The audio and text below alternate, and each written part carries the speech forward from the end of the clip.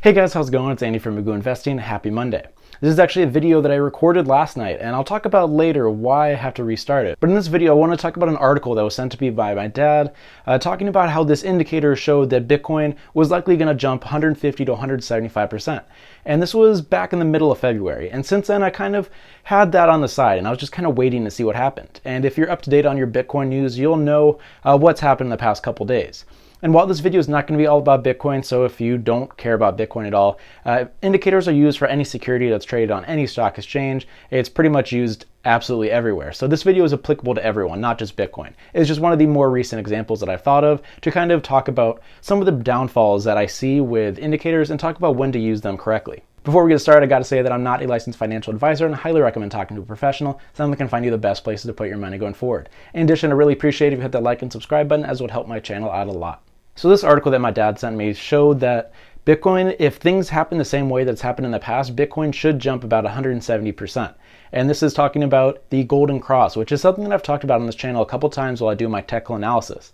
Golden cross usually is when the 50-day moving average crosses over the 200, meaning that the stock is moving up faster than it was going up or down before. And it's usually a bullish indicator showing that the stock has recent momentum and it could be a good buying opportunity. So this article looked pretty convincing. It had it all. It had the setup, it had the explanation about how it works, and it had 4 different examples of how Bitcoin has reacted to this golden cross in the past. And when I put up the chart that shows the returns after a brief dip following the golden cross, you can see the incredible returns you see there. 3,000% on average. If someone came up to you and showed you basically a treasure map of how to get 3,000% based off of 4 different times that it's happened in the past, I feel like you'd be kind of stupid to not take that into account when thinking about taking a position. So seeing that it's happened 4 times already and seeing the potential for 3,000% returns, wouldn't you think about taking a position? Because I sure would. But if you've paid attention to Bitcoin at all recently, if you took a position when this article was released and the golden cross happened, you'd be down 50% on your position. And so in this video, I want to talk about what went wrong with this indicator and talk about how to use indicators correctly. Since I've been trading stocks, I've always seen newer investors be drawn to indicators for some reason. It seems like when people see indicators, they see it as kind of a roadmap for how to trade stocks reliably. They know that it's bad to trade with emotions, where if you've been on this channel for a little bit, you know that emotions are an important part about stock trading. But they want to trade kind of like a robot. So they want this kind of checklist of steps they can go through to determine if a stock is a good buy right now. And I think indicators are one of the first things that people often see. Personally, I like spending a lot of times on Facebook pages and Reddit, just kind of to gauge what the general stock trading community is looking at for potential trades and setups. And it seems like every day I go on those websites and Facebook and I see someone mention in the comments, oh, this stock has these 2 indicators that are bullish. Should I take a position? And depending on who's on at that time, a lot of people will often say yes, as, oh, you see these 2 indicators that are going in your favor, take a position. But personally, I don't use indicators pretty much at all for my stock trading. If you've been around this channel at all, you've noticed that when I do technical analysis, I'm looking at volume and price action pretty much exclusively for taking a position. And now recently I started to look at fundamentals as being a very key part of my trading strategy overall. But indicators play a very small role when it comes to me taking a position. So does this mean that indicators don't work for stock traders? No. And I wanted to give kind of an analogy for the dangers of using indicators for making your trades pretty much exclusively. So for a lot of people like myself, when I came to college, I wanted to maximize the amount of efficiency I had when it came to classes, studying, and being able to have free time. So when I first came to college, one of the first things I invested in was getting a daily planner. This is something that I was going to block out 30-minute chunks of my entire day so I could maximize all of the stuff I wanted to do and fit it into one day.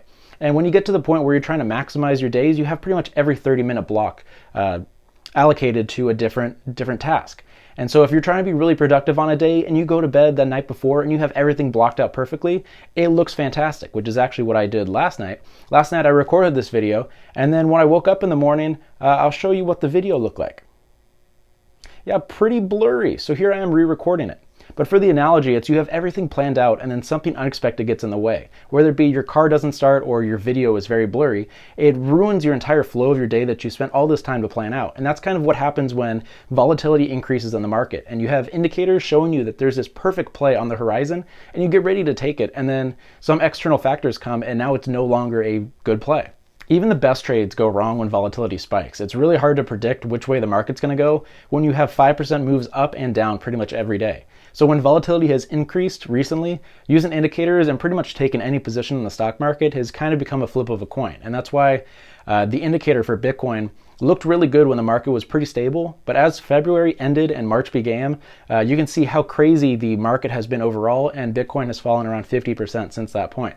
So with that Bitcoin setup, it had the perfect setup, it had the explanation for why it should work, it had the data to back it up in the past, but if people took a position there, they would have lost a lot of money because the market went against them. It has nothing to do with the indicator being wrong, but it's an indicator of a potential position, not an indicator that the market will react the way that you expect it to.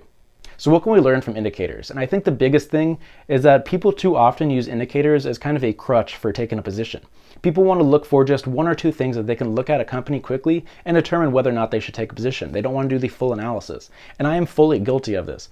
If you go back and look at my very early videos, I talk about how I did not care about how the company was running, what kind of stuff they do. I was only looking at the fundamentals. And during my time on the stock market, I've tried pretty much every trading strategy known to man. I've started with RSI, I've used MACD, I've used a setup called the pinball setup. I've done all of these different setups trying to find something that worked for me. And pretty much what I've learned from that is using indicators solely to determine when to take a position has not been very successful for me, because it's not as easy as just seeing an indicator and taking a position. For people that have been around the stock market for a little bit or just in the past couple weeks, you know how big of an impact emotions have on your trades. And in the past couple weeks, emotions have been a big part of the stock market. When you have these ridiculous moves and 5% moves up and down, it is very kind of scary to be in the stock market sometimes because you have no idea which direction the market's going to go. And so using indicators is great on paper, and that's why a lot of computerized programs use indicators for when to take a position. But for normal humans, I don't think that basing your trades solely on indicators is ever a good idea. So I don't want to make this video entirely to kind of talk badly about indicators. I want to talk about good times that you can actually use them. And I think that indicators are a great way to base your trades if you're using them in conjunction with other things, whether it be fundamentals, technical analysis like price action and volume and stuff like that. But I don't think it should be used solely on its own. And it has to be during times in the market where things are relatively stable. In the past, I've talked about gauging market volatility by looking at the T-bond yields, which is the treasury bonds. And so as the market becomes more volatile, the yields drop because people are less likely to feel confident in the overall market, so the yields for the T-bonds go down. And in this video, I wanted to introduce another way to look at the overall market volatility, and that's by looking at the VIX. The VIX is a way for people to gauge the overall market volatility. And the way it does that is it looks at the implicit volatility, the IV, in stock options for the 50 stocks that make up the S&P 500. And so the larger the IV, the more risky a position is, and it has a larger spread. And so the VIX kind of gauges all of those prices for the options and gives it a numerical value. And the higher it is, the more volatile the market is. And when you put up the volatility for the VIX for the past couple of months, you can see how fast it spiked recently and how historically high it is right now. And when I put up the 5-year chart, you can see just the extreme levels of market volatility that we have not seen for a while. And it's not just market volatility for a couple of days. This volatility has been extending for more than a couple weeks at this point, and it's kind of unprecedented since I've been trading, at least. So at this point, indicators don't really tell you a lot. At this point, even fundamentals, technical analysis, pretty much useless. If the market's going to fall 5% tomorrow, it's going to pull pretty much everything down with it unless you have a company that has an incredible news story coming out. That's why in the past couple weeks I've been talking why I'm not going to buy or sell any positions. You just have no idea which way the market's going to go with this incredible volatility. I still think that there's a lot that we don't know about the overall impact of coronavirus, but the longer this is going on, the worse it's looking for the overall market. And so until we really know the overall market data for how things have been impacted for the pretty much every country that's getting quarantined at this point, you just don't know enough to have enough information to take a safe position at this point. So I'm going to be waiting on the sideline. This is a great time to kind of figure out where you think your next plays are going to be and have them set up. And as I mentioned, until things start settling down with the VIX, until the T-bond yields start to go up again, I will not be wanting to take a position anytime soon. So hopefully you guys learned something from this video. I've seen a lot of people in the forums and Reddit and Facebook talking about how these indicators are showing them they should take a position right now. And for sometimes during the year when things are going pretty smoothly, sure, that can work. But right now when market volatility is up, indicators are pretty much useless. So I wanted to kind of talk about that today. It's something I haven't talked about in a while, but hopefully you guys learned something from it. Hopefully you guys stay safe out there. Hopefully the self-quarantine is not making you go too stir crazy. It's only been a couple days for me at this point, and I'm excited to make content. So I'm not having too bad of a time over here. So hopefully you guys have a fantastic week. Thanks for watching.